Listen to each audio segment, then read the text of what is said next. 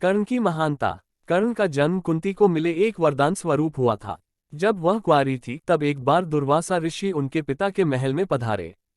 तब कुंती ने पूरे 1 वर्ष तक ऋषि की बहुत अच्छे से सेवा की।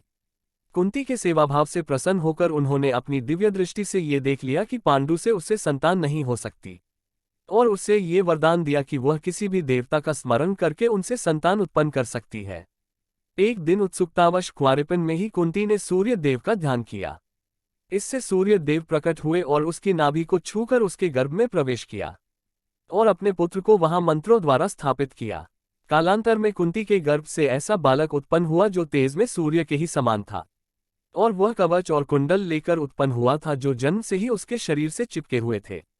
चूंकि वह अभी भी अविवाहित थी, इसलिए लोकलाज के डर से उसने उस पुत्र को एक बक्से में रखकर गंगाजी में बहा दिया। आगे चलकर कर्ण का लालन पालन माता राधा और अधिरथ ने किया।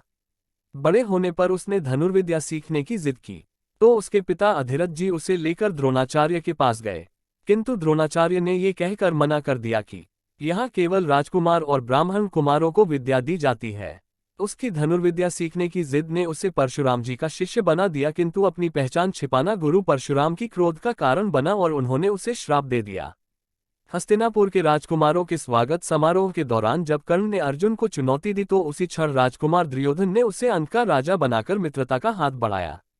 इसी क्षण से कर्ण राजकुमार दुर्योधन का ऋणी हो गया और इस ऋण को उतारने के लिए दुर्योधन के सभी धर्म विरोधी कार्यों में बिना टिप्पणी किए साथ देने लगा। कर्ण को दानवीर कर्ण कहा जाता है क्योंकि उसने कभी मांगने वाले को निराश नहीं किया। एक बार जब कर्ण सूर्य देव की पूजा करके वापस आ रहा था, तभी इंद्रदेव वहां आकर उससे उसका कवच कुंडल मांग लेते हैं। कर्ण बिना विचलित हुए अपना कवच कुंडल दे दिया।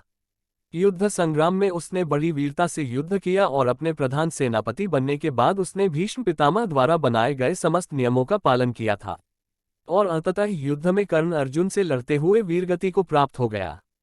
कर्ण जीवन भर इन कठिन परिस्थितियों से लड़ता रहा और अंत में उसके साथ उसके जीवन की कड़वाहट का भी अंत हो गया। कर्ण इस महासंग्राम में अधर्म के पक्ष में युद्ध कर रहा था, किंतु उसकी दानवीरता और निष्ठा के प्रति समर्पण की भावना ने उसे महान बना दिया।